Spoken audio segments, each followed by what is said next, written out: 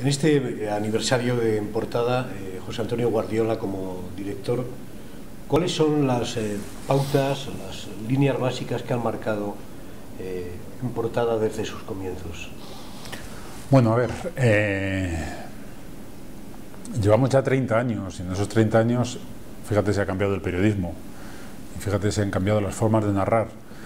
Entonces, al margen de todas esas innovaciones que hemos ido incorporando, sobre todo gracias a las nuevas tecnologías, hay principios básicos que son inamovibles en estos 30 años, ¿no?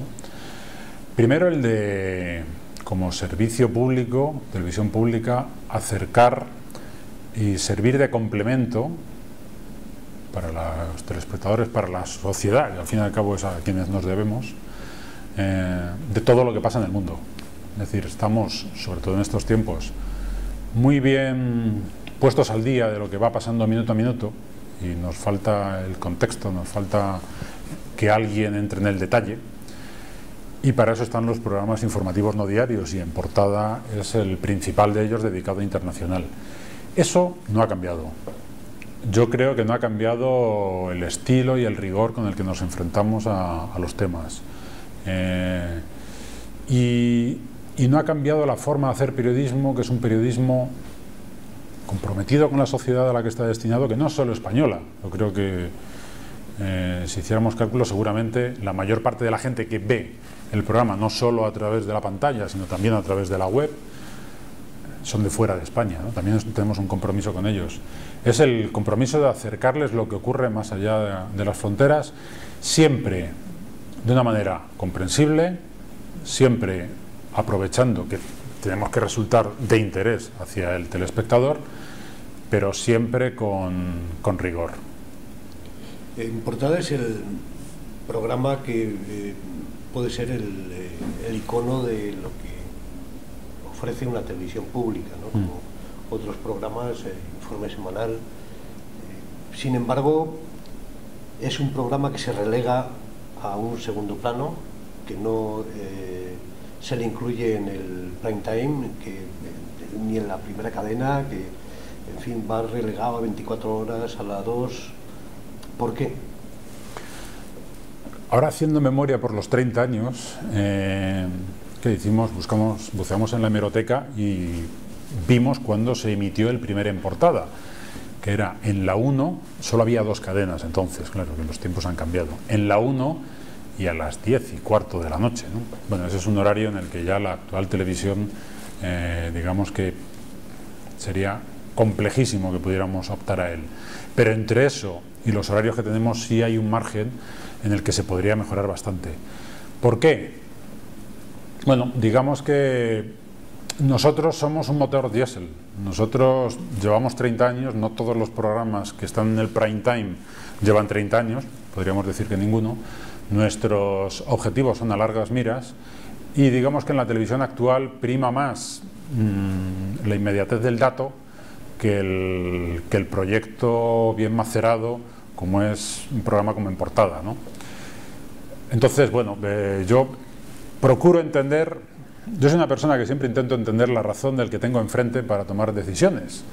Sea un pobre hombre desquiciado porque está en medio de una guerra y se tiene que refugiar en un toldo azul del ACNUR, o sea un personaje como Milosevic. Siempre me gusta entender el del otro lado, ¿no?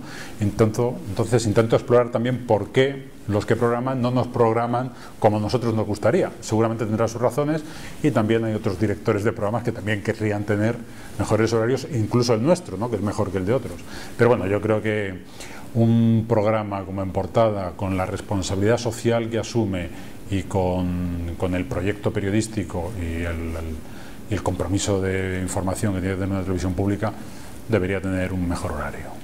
¿Cree que se cumplen en este momento en España, en Europa, en su conjunto, en televisión que usted conoce, las claves de servicio público para las televisiones? Es decir, el papel de Televisión Española y el de las autonómicas en España, sí, ¿es un papel de servicio público al 100% o no? Ese debate es largo. A ver, yo lo que creo es: la televisión pública tiene que estar al servicio de los ciudadanos, de la sociedad, y tiene que ser un proyecto de futuro. Entonces, digamos que hay una doble base. La base del proyecto de la televisión pública, en este caso de Televisión Española. Dos vertientes: la financiación. Televisión Española, las televisiones públicas tienen que estar blindadas en su financiación. En la medida en que tú no tengas una financiación estable y un proyecto de futuro, la televisión no va a poder responder al objetivo que tiene como servicio social, servicio público. Y luego el blindaje respecto a la clase política. Nosotros, las televisiones públicas en general, siempre han estado más pendientes, o en líneas generales han podido estar más pendientes de su relación con la clase política que de su objetivo final, que es servir a la sociedad. Eso también habría que blindarlo, en esos dos. Una vez que eso estuviera blindado como televisión pública, yo creo que el tiro también hay que focalizarlo de una manera diferente. España, bajo mi punto de vista, debería tener un PIB vinculado a su gran materia prima, que es el español. Yo creo que la aprovechamos poco como país.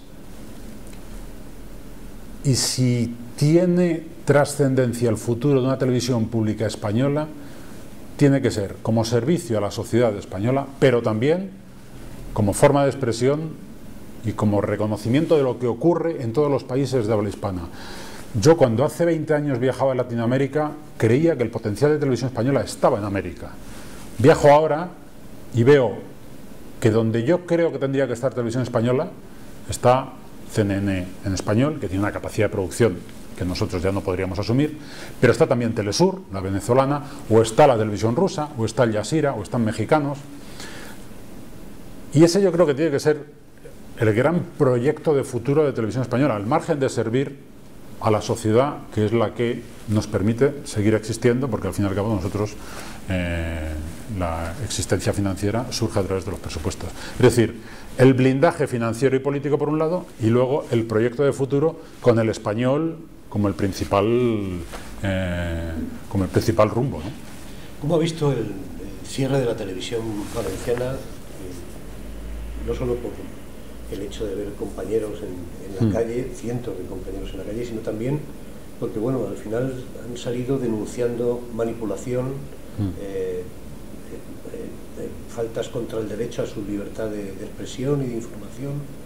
¿Cómo ha visto todo este escándalo en torno a...? A ver, por un lado, yo creo que el cierre de una televisión pública a mí me produce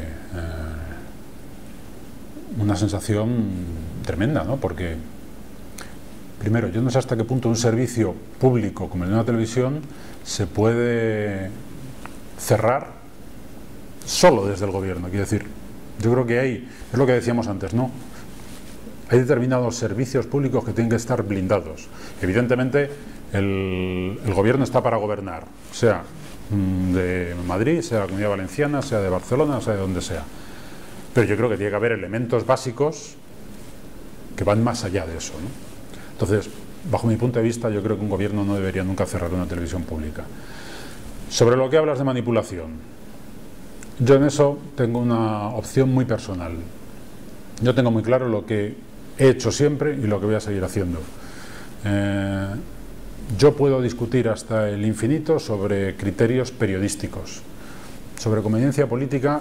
Si eres periodista y estás en una televisión pública, yo creo que no hay que discutir. Y a mí, nunca nadie me ha pedido que hiciera algo que yo no pudiera hacer, y creo que si algún día me lo hicieran, pues yo tengo muy clara cuál sería mi respuesta. Si todos hacemos lo mismo, posiblemente las cosas sean más fáciles.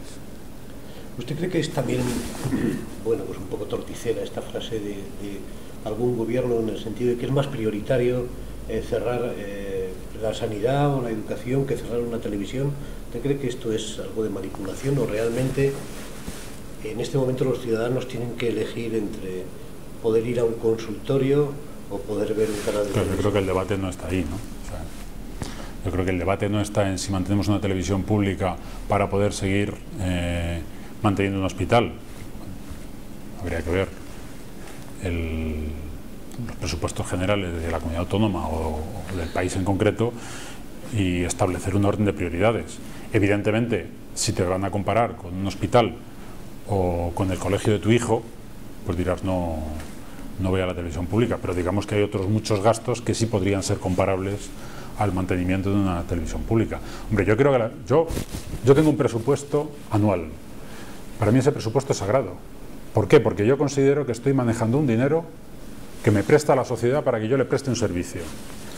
Nosotros tenemos tal cantidad, que ha sido bastante reducida durante los últimos años, cosa lógica, y no solo el programa en portada, los servicios informativos de Televisión Española han tenido que reducir su presupuesto porque hemos reducido el presupuesto de Televisión Española.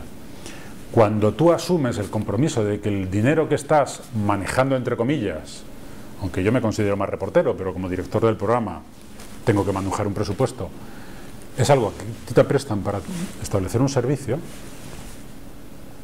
tú ahí, si eres un poco responsable, no te gastas un duro de más, un euro de más.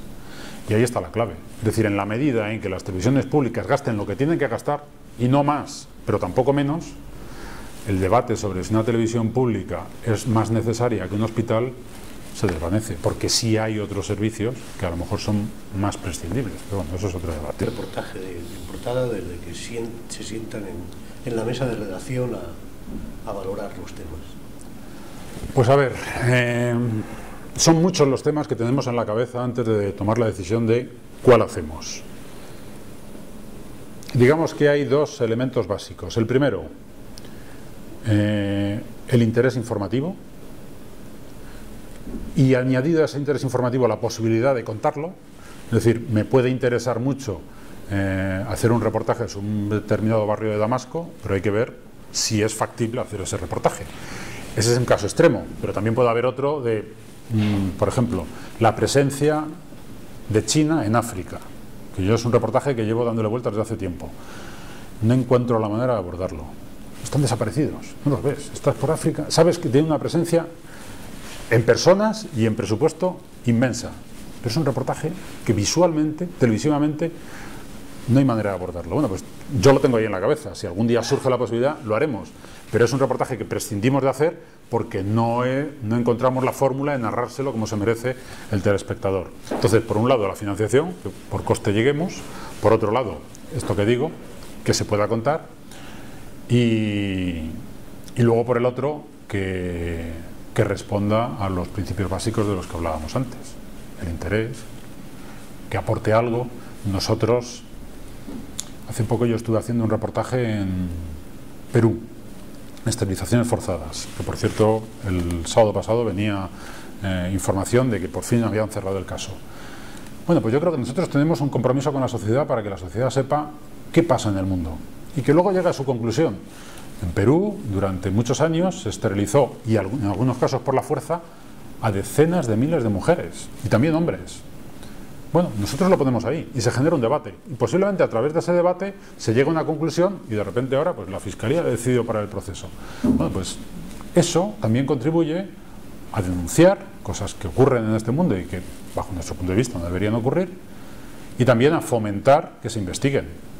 Yo recuerdo que con el reportaje que hicimos sobre Allende, pues al final un juez, a la vista de la documentación que nosotros aportamos en el reportaje de Allende caso cerrado, decidió abrir un proceso y llegar a la conclusión de si Allende se suicidó o no.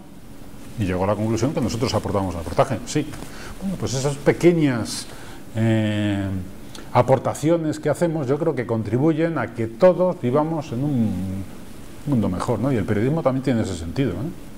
La Didáctica continúa en su página web porque cuelgan hasta no solo el making of de los reportajes, sino también hasta el guión, ¿no? Sí, sí.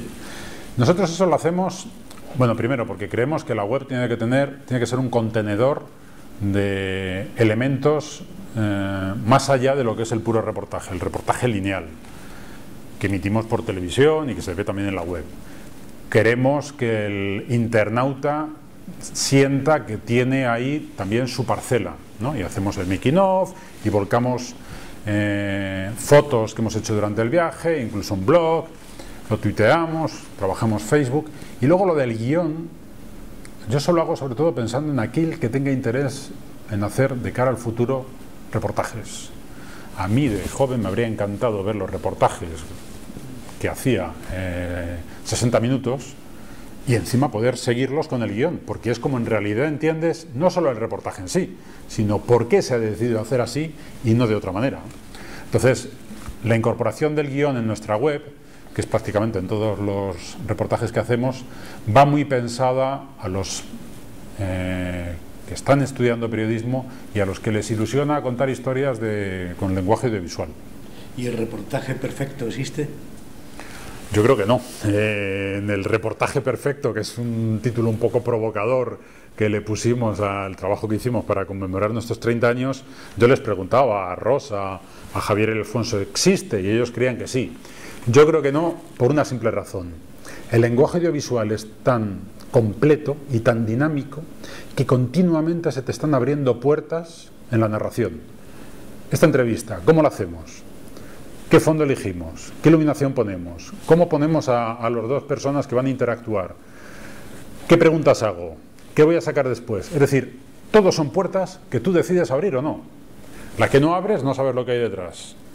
La que abres, sabes lo que hay detrás y te abre otras 10 puertas más. Y esa puerta, otras 10 más. Es decir, son tantas las posibilidades de abrir puertas que tienes a la hora de hacer un reportaje audiovisual que es imposible que hayas acertado en abrir todas y en seguir abriendo todas hasta el final. Con lo cual, el reportaje perfecto, bajo mi punto de vista, no existe, pero siempre añado, si alguna vez se hace, se harán en portada. Y al menos, ¿cuáles serían esos 4 o 5 puntos importantes para abordar en un reportaje? Yo creo que lo importante es elegir bien el tema, abordarlo.